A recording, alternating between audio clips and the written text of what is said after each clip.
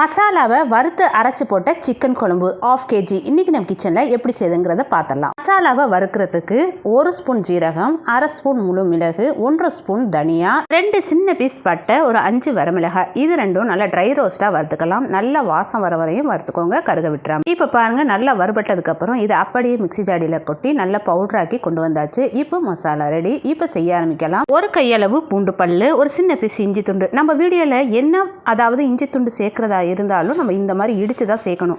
ஏன்னா அப்போ தான் நல்ல டேஸ்ட்டாக இருக்குங்க. இப்போ ரெண்டையும் இடித்து எடுத்து வச்சாச்சு. 1/2 kg சிக்கனும் ரெடி. குக்கரில் 1 குண்டு கரண்டி நல்லெண்ணெய், நம்ம இடித்த இஞ்சியும் பூண்டையும் நல்லா ஃப்ரை பண்ணிவிட்டு அதுக்கப்புறம் சின்ன வெங்காயம் 1 கையளவு சேர்த்து அதையும் கொஞ்சம் வதக்கிக்கிட்டு, வெங்காயம் ஓரளவுக்கு வதங்கினதுக்கப்புறம் தக்காளி 1 தக்காளி சேர்த்து அதையும் நல்லா வதக்கிக்கிட்டு, இப்போ எண்ணெயில் வதக்கிறதுக்காக 1/2 ஸ்பூன் மிளகாய்த்தூள், 1/4 டீஸ்பூன் மஞ்சத்தூள், இது எல்லாமே நல்லா வதக்கினதுக்கப்புறம் 1/2 kg சிக்கன் கொஞ்சம் உப்பு சேர்த்து நல்லா பிரட்டி விட்டுக்கலாம்.